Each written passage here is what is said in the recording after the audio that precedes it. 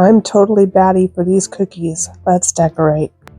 Hi, I'm Leslie with Leslie's Cookies and Treats, and if you love decorating sugar cookies or you want to learn how, you're in the right place. Let's decorate together. So I'm decorating these bat sugar cookies today as part of my Halloween DIY cookie decorating kit. They're lots of fun. You get 4 bags of icing, some sprinkles, and 12 different cookies. But today we're decorating the bat, so I'm going to start out by outlining just the center part here. So I'll outline the ears and then come down to the point and then go up and meet the ears. And my icing is about a 15-second consistency royal icing in black, and I'll leave a link in the description for a tutorial on how you can make a 15-second icing. And because my icing is a stiffer flood consistency, I can go right to the edge without worrying that it's going to flood over that or go over the edge of the cookie. And now that that's flooded in, I'll just go ahead and take my scribe, or you can use a toothpick, and I'll just smooth it out and kind of shape it a little bit more. And then I'll set this cookie aside to dry for about 15 to 20 minutes.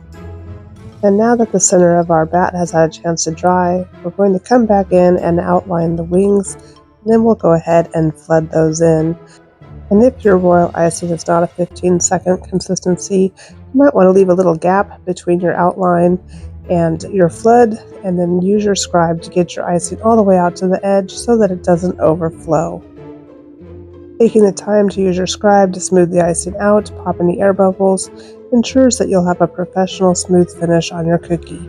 Now set it aside to dry again, and on another video I made these royal icing eyes, and I'm just going to pop a couple off of the sheet here, and we'll put these on our bat using some royal icing to attach them. So just put a little dot of royal icing where you want your eye and stick it on. It's as easy as that, and I'll leave a link in the description to where you can get the transfer sheets and a video on how to make those. And our bat is starting to look fantastic. I decided to go ahead and outline the wings. I'm going to squeeze out a little bit of icing, touch down, and then slowly go around the wing, watching where the line of icing is falling and not my piping bag as I go around. I'm going to go all the way around the wing, touching down at each point and lifting my piping bag up just slightly as I go around this curve, and then I'll kind of stop squeezing and then lay the rest of my line down to meet the starting point. And then I want to bring 2 more lines down so that I make it look like they're webbed wings. And if you have any start or stop points, you can take a scribe and just lightly tap those down. And let's do that again. So I'm going to touch down, lift up my piping bag slightly, touch down at each corner, and then carefully go slowly around, watching where my line of icing is falling, rather than my piping bag as I go around and lay down my icing. And touch down in the corner and drag a line down to the middle of the scallop, and then we'll do the same thing again to make another webbed line. So squeeze out just a bit of icing, touch down, lift up, and then drag your line across. And this bat is looking bat-tastic. All that's left is to outline over the ears and at the bottom of his body.